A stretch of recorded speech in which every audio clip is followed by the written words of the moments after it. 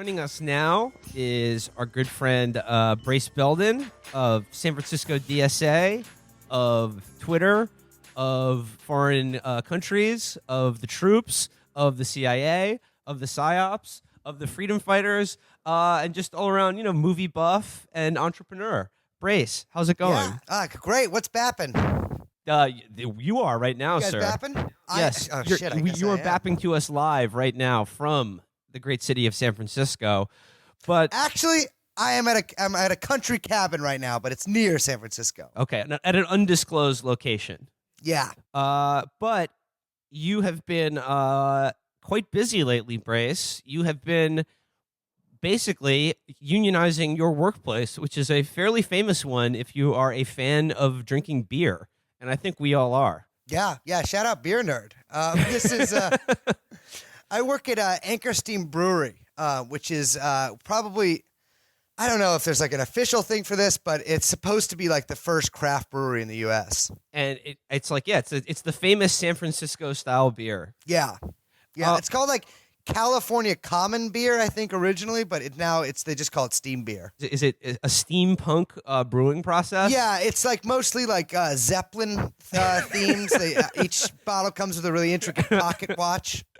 So in the Anchor Steam factory / brewery, I just imagine there's lots of like giant gears turning and top hats and goggles. They churn everything with a penny farthing pedal system. Yes, yeah. Let me just say that the working conditions aren't the only thing that's Dickensian. But Brace, you've been sort of front and center in this effort going on right now to unionize the famous Anchor Steam Brewery. Like, first of all, like how did you start working for Anchor Steam, and then when did you start this idea or begin to this process of unionizing your workplace? So this was not. I sort of have been trying not to be front and center, but some of the guys needed a little like encouragement to do interviews, so I was like the only person who was dumb enough to start doing them. But now everyone's kind of gotten comfortable with it. But I actually this started pretty much right as I was getting there. A few years ago, like a group of employees tried to talk to a different union, and that effort sort of fizzled out. And some of those guys stuck around. And so kind of concurrently to when I started there, a little like a week after, we actually started this effort. So about a year ago. Okay. So been about a year now. Like, for anyone listening, like, what is that process like? Like, what do you have to do? We were lucky because there's some members of DSA who work at the plant with me, and we went to the this thing called the Labor Organizing Committee, and specifically to this one guy, Evan, who is like, I guess his title is like new organizing coordinator, something like that. But he wanted to help people start unions at their work.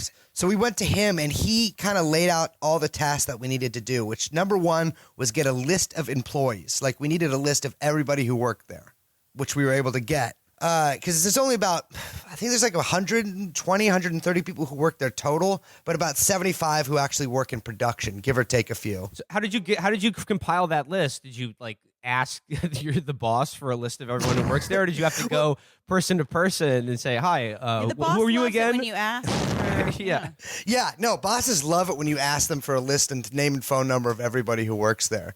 And what their salary is. Just tell them it's some religious thing. You joke about that, but actually one of the sneaky little tips that people sort of work their way around to making a list is to ask for everyone's name so they can send out Christmas cards. Ah. Yeah. So it's a good way to, if you want to organize around the holidays, that's a sneaky little way to do it. So you did this sort of the secret Santa program to compile the names of everyone who works for Anchor Steam. Well, actually, because of my religion, I was actually getting their names so I could hit them up maybe for a bit of money to borrow for the new year. Perhaps I could lend them some money. But no, so the thing is with us is that it's not a huge place. There's only 70 something people's names we had to get. And luckily, in the original organizing committee, and now still, there's people from every department. So when they send out the schedule, everyone's names are like, you can see everyone's name in your department. So we were able to do that like day one, pretty much. So this is our sort of like, crash course here. So you're thinking about unionizing your workplace. That's step one, is figure out exactly who the hell is working for the company, like who they are. Yeah, exactly. And with bigger places like hotels and stuff like that, it's really difficult because, like, if you don't work next to somebody, you might not even know they work there. That's the problem with like some larger places. But we are despite like being among, if not the biggest factory in San Francisco, I kind of know everybody I work with. So that's a good first step. But like, take us through this process. Like, as you did this, what did you learn, and like, what are the steps that you went through? So literally, the first step is to get everyone's name, put it in a fucking spreadsheet, or have some nerd do it for you. Do you know how to use Excel, Brace? Are you good with Excel, with Microsoft Excel? No. Despite my appearances, I'm actually More of not a that great at QuickBooks guy. computers. Yeah. Yeah, no, it sucks. But we were able. I was able to figure this out at least. Is that we put everyone's name in a list, and then next to them we assign them a number, and we start everyone at 3, which means like neutral basically. And the way you're supposed to do it is once you get to talking to people, you and then you try to separate them by department as well. Group everyone who works in one area together. And once you get to talking to people, you can change their number. Like if they're really, really, really, really interested, like 100% down, give them like a 1. Like if they would actually come to meetings and join the organizing committee. If they're pretty much in, but not like they're not willing to come to meetings or anything, it's a 4, or it's a 2. And then from there, it's like, 4, they're probably not going to do it. And then 5, they're really anti. What about what if they're a perfect 10 though? Oh, well, that's impossible. That only exists in drawn form, if you know what I mean. So, but certain your art styles from other countries. As you're feeling people out though, what is your like initial pitch, or like how do you sort of send out those feelers when you started talking to people? So the way I was taught to do it is to kind of find an issue. Like if you've worked at somewhere for a little bit, the issues that people have, whether like everyone gets paid kind of shitty, or like they switch your schedule around a lot, and like. What you do is you don't, like, the one thing you don't want to do is go in and tell them, like, what their problem is. Like, you don't want to go to someone and be like, man, your pay fucking sucks. You should start a union. Yeah. Because everyone would just be like, why are you talking to me like that? Or, like, have you considered, going for a run every now and again, or maybe cutting your hair? No, more than that. Yeah, exactly. Like, I mean, I don't know. I when I'm at work, like, the level of conversation I have with people rarely gets above like suck a fuck a ding dong kind of shit. Like really just like screwing around. But like it's important to start like talking to people about their lives and like asking them questions and letting them talk. Because like for instance, if like where I work, the pay is bad, right? But I don't just ask people about the pay. You ask people about stuff that they would wish they could do with the pay. Like for me, like personally, my thing is like I have trouble paying rent. And like if someone was to come up to me and talk about like wage increases, like, yeah, okay, like I get that. That's great. But if they're talking about like, well, you might be able to pay your rent now. The trick is to get someone to say that themselves, like that they wish they could pay their rent on time or better or whatever. But if somebody, for instance, hasn't been to the doctor in 10 years, they'll probably mention it. Or if somebody like is sick of like having to wake up at different times every day, like they'll probably mention that. And so the trick is to just get them to like, to really like kind of visualize what they want. It's kind of like The Secret. They have to visualize what they want and like, well, what's the only way to get more money? Well, it's either, quit this job and get a really great job being like a scientist or some other thing. Something that pays very good, which was, I don't know why I picked scientist there. I mean, there are other dream jobs like, driving the Oscar Mayer Wienermobile. The head of some sort of Lyndon LaRouche Foundation. So instead of a vision board, you substitute that with what if we organized collectively? Yeah, exactly. Like, well, the other thing that like a lot of people get is like, I mean, most people, at every job I've ever had, I've been afraid to ask the boss for anything because I think they'll just fire me. Like, I've never asked a boss for a raise because I'm like, well, why? He will just fire me and hire somebody who's working at what I'm working at. And that's true for a lot of people. Some people like to like say that's not true, but like, and some people really can do it, but like most people can't. And so like, it helps if you explain to people like, well, if I go up there and I sit across from them, they can say whatever they want from me, and I have nothing really to counter with. Like, I don't have any leverage over them. But like if we all go up there and we ask for something, then like we do have some leverage because like, well, we're the people who make the product. We're the people who make the money. They don't do anything except just like, I don't know what they do, but like, managers, like especially at the higher echelon, like they don't create the product or anything. They sample the product and they're like, more steam in this one, less anchor. Yeah. But the trick is, I forgot to mention this earlier, like a really important thing is to get like 2 or 3 people if you can that are like really also kind of in the same boat as you and who are willing to give up a lot of their time to do something like this. Because you can't like, as romantic as it sounds, it's like impossible to organize a workplace by yourself. Like you have to have other people involved with you. But yeah, like people start to get it because a lot of it, like I was not surprised because that a lot of people didn't really know what unions did. Because if you don't like research it or whatever, all you know about unions is what you see on TV, and all you see on TV is like someone complaining about union dues or like people talking about like whatever unions are preventing people from working or blah blah blah blah blah. So there's a lot of education to be done as well. So you got to know your shit. Right. Well, and we have a huge generational gap. Unless you're really lucky to be, from one of these cities that still has, a kind of a vibrant union legacy that's still going, you have to basically fill people in on 30 years of dead union history. Exactly. Yeah. And like, I had to explain to people like what the ILW, because we're unionizing with the longshoremen, had to explain to them what they are. Although some people did know, which was cool, and explain to people like, no, you don't have to like pay. The dues thing really trips a lot of people up, which I get because, if you watch like TV or whatever, you think that like people are forking over half their paychecks to these like, nurses union or whatever. But the thing to always, like a good thing to say to people, which is true, is that nobody would ever start a union if it meant they were going to lose money. Right. Like why would anybody join a union if you had to pay more in dues than you did in like increases to benefits or whatever, or wages? Well, maybe you just want one of those cool jackets that has like a logo, like one of those starter jackets that has a cool logo on it. To be fair, the jackets are cool. I've wanted them for so long. They're so tight. I also want those like big like pictures of like puff bulldogs like with hard hats and like cigars saying like union motherfucker. Those things are cool. This is a slight digression, but wasn't there some recent court case where they ruled that unions can't do the Scabby the Rat outside job sites because it's doing violence to employers or they're something? trying to get rid of Scabby. I don't know if they ruled that was like definitely, but there was a case where like they were trying to make Scabby the Rat illegal to do like a sort of an illegal form of protest, which I think sucks. I love seeing Scabby the Rat walking around. Yeah, it's easy for you to say, but you've never been a worker of contract who's had their space invaded by plague rats. Yeah. So you mentioned that you're doing this effort with the IWW, the longshoremen. Yeah, the ILWU, who actually did come out of IWW originally. They have the same motto as the IWW, which is an injury to one is an injury to all. But I mean, but that's another important step here is that you need some sort of outside sponsorship, right? Like you can't just create your own union from scratch, right?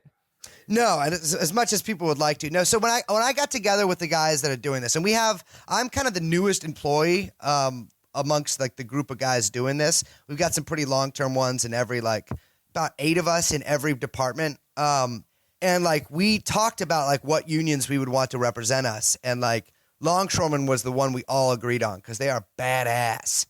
And they started in San Francisco. They really like have a powerful presence here.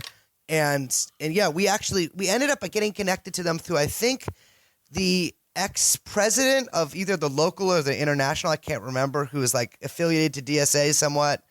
And we met with them, or I didn't, but like a couple of the other guys met with them, and they ended up passing us along to the organizer for the international, who's been awesome. Well, what kind of stuff do you have to do to get an institution like that interested in you or willing to, go in with you on something like this? So here's the thing: is like this is, I think, really why they agreed to do it with us is because we had done a lot of the groundwork. Like we had built a pretty strong foundation, had talked to most of the people in the factory, had already done trainings, we've been to some local labor notes trainings, like me and the guys. You've already assigned a number to everyone. You've given them a number and taken away their name. Yes, exactly. Getting them prepped for union life. Yeah, everyone's wearing a sort of a single color unitard, very bleak, bland. Yes, yeah. I'll be introducing this further at the DSA convention later. But yeah, this is, I think, kind of the way things are headed. Taking away people's individuality and things like that. But we had done like a ton of the work beforehand, which I think if anyone listening to this wants to sort of replicate this effort, which can be done, it's important to like get together and have somebody who knows what they're doing, if you don't, helping you with it. And doing a lot of that groundwork first, because a lot of unions get calls like every day, like, hey, me and 2 guys at my work of like 500 people want better wages. Like, will you represent us? And unions follow up with that stuff, but they'll take you a lot more seriously if you've actually shown interest in like doing the effort, have self-organized, which we did. With, granted, a lot of help from Evan from the DSA. So yeah, you got to come to them, you got to make it sort of an attractive package that you're offering here, so that it's not like you're just tripping over your dick into their office, going like, oh, can I have a union, please? Yeah, exactly. And we were lucky too, because the ILWU is sort of like having. They've been organizing a lot of places on the West Coast because they already have all the docks organized, every single one on the West Coast, and now in Panama, some of them are ILWU, but they've been organizing pet hospitals. Pet hospitals? So, pet hospitals. They've organized like 5 pet hospitals, wow, including one down the street from Anchor Steam. So they're in a, and they've been really successful with that. So we're like, well, hell, we're like a factory, A pet hospital is just a factory for.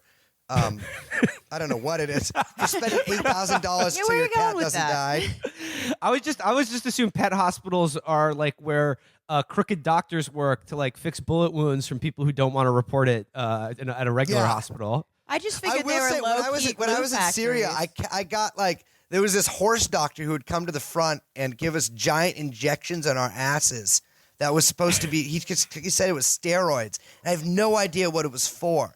But it made me feel powerful. And I would ask, I was like, what kind of doctor are you? And he said, Hesp. And Hesp means horse in Kurdish. So, it was tight. It made you strong, like Secretariat. Yeah, and actually, I've just continued on that steroid cycle since I've been home. Felix, do you have any advice for in that regards? Oh, with steroid cycles? Yeah. Well, steroids are nootropics for your body, right? Right. All right. So who's telling you not to do steroids? Okay. It's doctors, because they want to corner the market on strength. Doctors prescribe substandard exercises like going on the recumbent bike for 45 minutes while listening to Serial. And this actually reduces your body's natural production of testosterone. So if you even get the doctor to allow you to take steroids, they're going to be like, oh, only take half of the amount of Anavar that your favorite YouTube bodybuilders take. When in fact, you should take double. Question this: who benefits if you don't become as strong as possible? The doctor. They're selling you kettlebells and other instruments that they so I make should markup throw away on. my kettlebells? Throw away, yeah. They're adjustable weight kettlebells, the kind that boomers use. Oh, the kind with like removable discs. No, Not mine are Russian ass kettlebells. Right. They should be measured in made up Russian weight units. Hectogram. Yeah. Oh, this is a clock. Thank you for your weight unit that is no vowels in it and represents 47.8 pounds exactly. I'm going to use that a lot. But anyway, yeah, you should take double the amount of steroids your doctor gives you. And there's no difference between anabolic steroids and the kind they give you when you suck at breathing. There's literally no difference. It's like the difference between like when they're like you're buying a computer, they're like, oh, do you want an AMD or an Intel? And the social fascists try to divide us between Intel and AMD when really they're exactly the same. They're made in the same factory, and it's the same with steroids. And you should just whatever you got, take double. Ask for more. Say you lost them. Say your kid took them. Say you had to bring your dog back from the dead because you left him in a hot car. Just take all of them. Then beat your boss's ass, or the best way to unionize, do a Harlem Shake thing in 2019. It's sick. It's coming back. So That's why BuzzFeed just fell apart right now. They stopped the Harlem Shake videos. So yeah, you've okay. So you've talked. You're fellow employees. You've ranked them on their likelihood of how they feel about that. You've put together an effort. You've done a lot of the legwork. So you're bringing something to an outside union that's like, we can work with this. You have taken some sort of dubious injections into your buttocks from a Kurdish horse doctor. And you've followed all of Felix's instructions about using steroids. Yes. What's next? So in between that, in that point, you should be having off-site meetings with like people kind of one-on-one to really like inoculate them, I guess, which is it's the kind of the word organizers use, but all it means is just talk to them. And the next step is you start getting people pumped for signing cards. So the next step being you got to start thinking about getting let's say a critical mass of employees to sign a card. But isn't also like while this is going on, isn't the other really, really important thing is making sure none of the bosses find out about any of this? Yes. So luckily it is in my nature to be very sneaky. Yeah, nature. Also, like, we have a pretty tight-knit workforce there. And, like, a lot of the guys that are on the organizing committee have worked there for, like, close to a decade. And are, like, these are, like, the people they hang out with on the weekends. Like, these are their friends. And so, like, there's kind of, like, you're not really going to snitch on your friends in this case. And we've been lucky that nobody has. But, I mean, we work in a pretty loud factory, so it's not unusual to see, like, two guys sort of standing behind something talking to each other. Yeah, it's really important for the bosses not to find out, because after you're public and after you're openly for the union, it's really illegal for them to fire you. But if they catch you sort of before you do that, if they want to be an asshole about it, they can fire you. You might be able to get your job back with back pay and all that stuff if you have a lawyer, if the union provides you a lawyer, but it's really risky. So that's like, you got to take it seriously. Like, you can't kind of fuck around with it or like talk about it a lot or tell people, like, if there are people who are gossips, you shouldn't, like, we didn't really encounter that at our place, but like, that's like one thing where I was always warned about. Like, if somebody is going to talk to management or talk in front of management, like, don't tell them until way later. And then you mentioned having these offsite meetings where you inoculate people.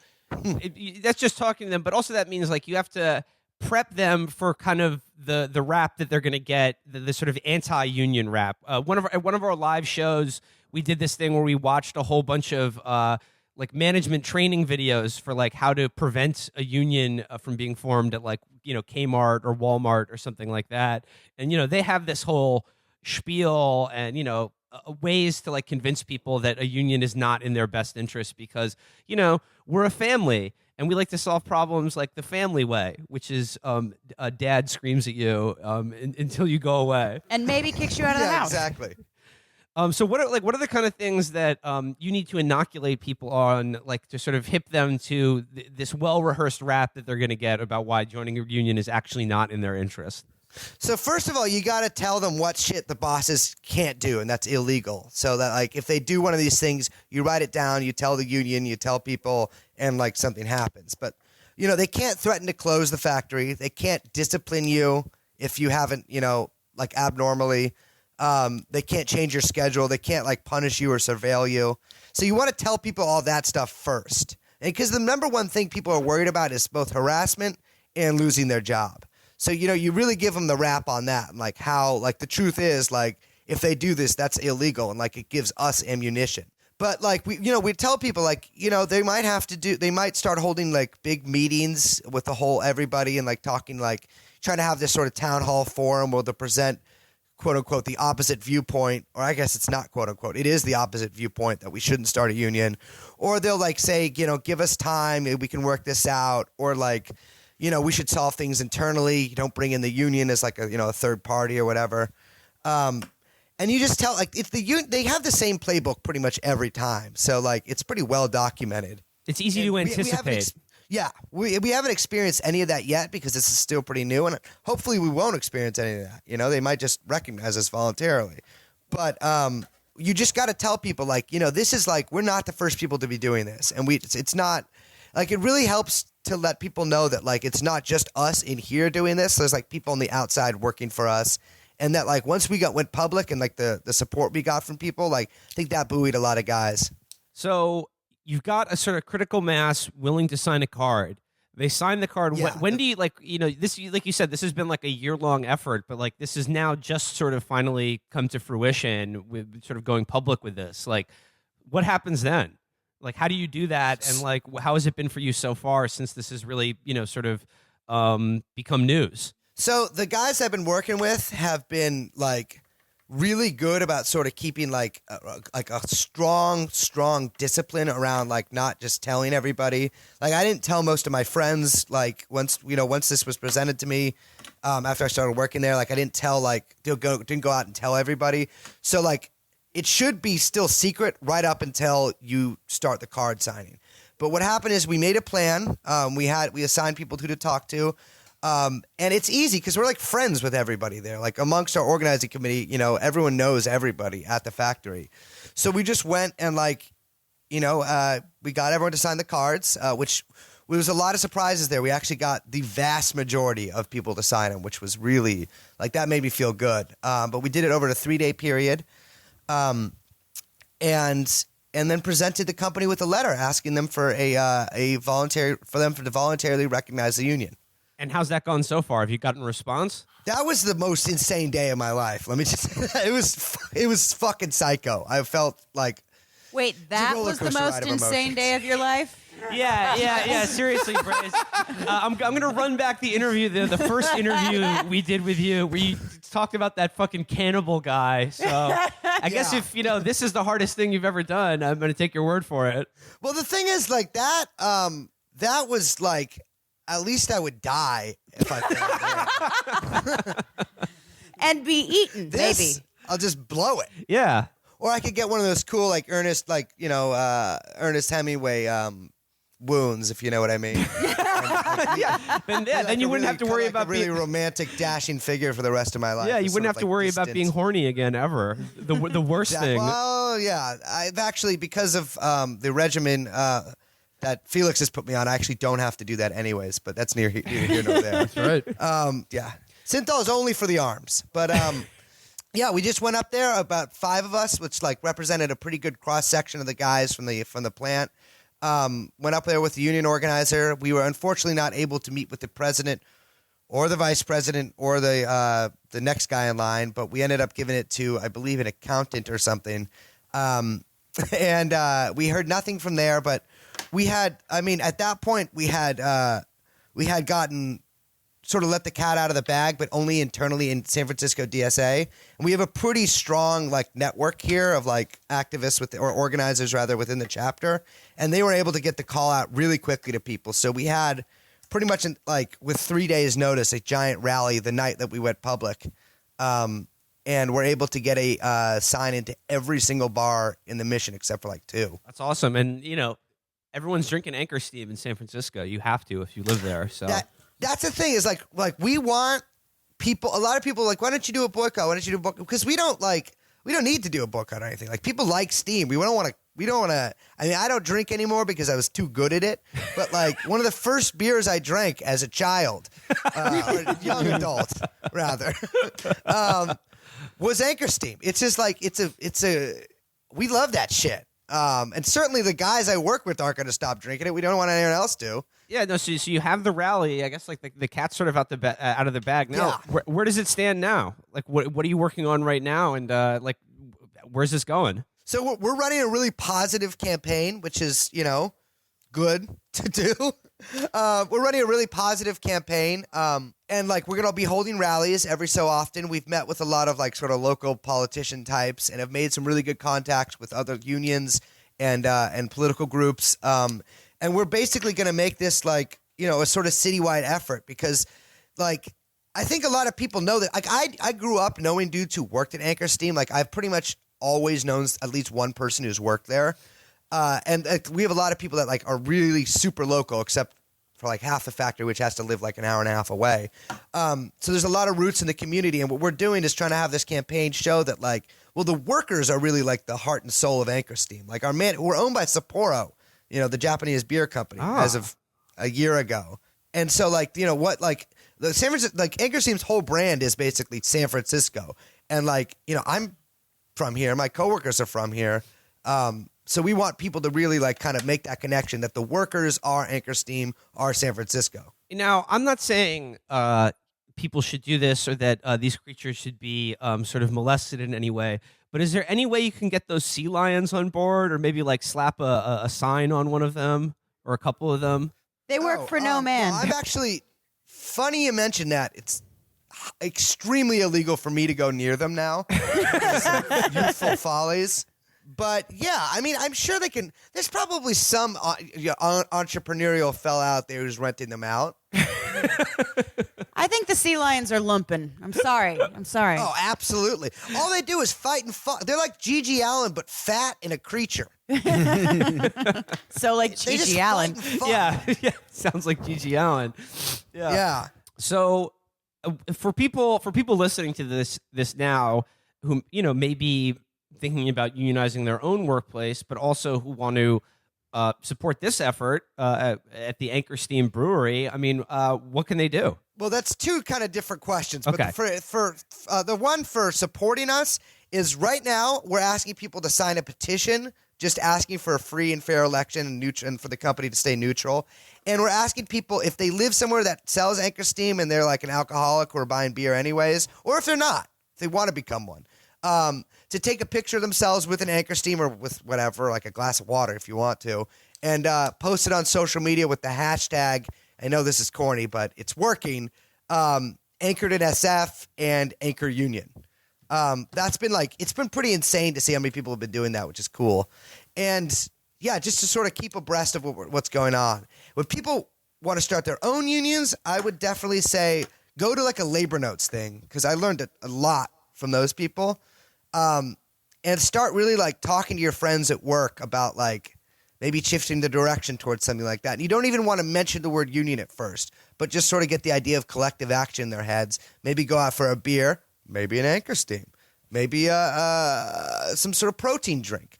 Maybe some synthol. Yeah, maybe some synthol, which, if you do drink synthol, it makes your heart so big that you can love the whole world. And, just start talking, introduce the notion of collective action to people. It's really easy to do that this year because the teacher strikes have been in the news, and the flight attendants are in the news a lot right now. And locally, we have a teacher strike in Oakland right now. So people kind of are reading about it more, and so that's sort of an easy way to approach this topic as well. But also, it's most people have the experience of having to work for a living and having a job that they'd rather not be doing, or wish they could do less for more money. Like I said, these very basic things, like I wish it were easier for me to pay rent or see a doctor. But broader than that, what can you tell people about what's the cool thing about being in a union? How does it make your life better, or how does it make you as a person cooler and more attractive to everyone else? The sex around? of your choosing. The sex of your choosing, yeah.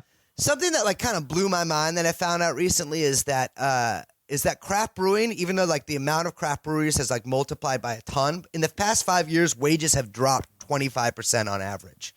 But with unions, they've gone up. Not unions in craft brewing, because as far as we know, there are one or two, but none that have started the same way we have.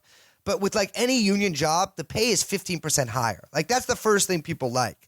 But the main thing that I really makes me want to be in a union is because for instance, I am a renter. I pay money to some guy to live in a house that he can kick me out of for pretty much any reason. I pay bills to people who can just fuck me over for any reason. And I work for somebody who can fire me for any reason. I have there's no seat at the table for me at any of these places. I'm basically being told what to pay or what to work, and I do it. And a union, that's the case for most Americans and most people in the world. But with a union, under capitalism, it's pretty much the one thing that could let you have a place at the table. Yeah, and it's got your back. It's like a sense of security, Exactly. right? There's a reason union people are so psycho about unions and get crazy ass big dog shirts and like just go to barbecues with other big guys and women. But yeah, I mean, you get like, you actually have like, most people are at will employees, meaning like my boss can fire me for no reason, for any reason. But with a union, you actually like you have some protection there. And also, do you think like being in a union or, experiencing, the power of collective action or solidarity personally in your own life, do you think that also like opens up horizons for like other political struggles and conversations to be had? Well, yes and no, but without an organized party, the workers will only achieve trade union consciousness. But hell, trade union consciousness right now is like, yeah, I mean, people, if that, I would take that in the case of most like Americans, like it's like we Americans have very low class consciousness, and like one of the few avenues to get into that besides watching YouTube videos from PragerU is to they don't teach you that it's good, but they teach you that class consciousness exists and is bad. The only like real way to get class consciousness in America, unless you're a nerd like pretty much everyone listening to this, is to join a union. Because you actually can engage in like a struggle, and like you see that like, oh, my interests are directly opposed to the boss's interests, and like that's a contradiction that we need to solve. Like I want to get paid as much money for as little work as possible. He wants to pay me as little money for as much work as possible, and it kind of helps you see things in those in sort of that lens. Well, Brace, I want to thank you so much for joining us and for your efforts here. Brace Belden, fighting the good fight, wherever it may be. And let's get those. Thanks for having me. Let's get those hashtags going. What is it? Hashtag anchored in San Francisco. And hashtag anchored in SF. Anchored in SF and hashtag Anchor Union. Anchor Union, yeah. Anchored in SF and then Anchor Union. Okay, we will put those tags in the show description. Once again, Brace Belden, thank you so much for joining us. Thanks, Thank you, Brace. Pimps. Cheers.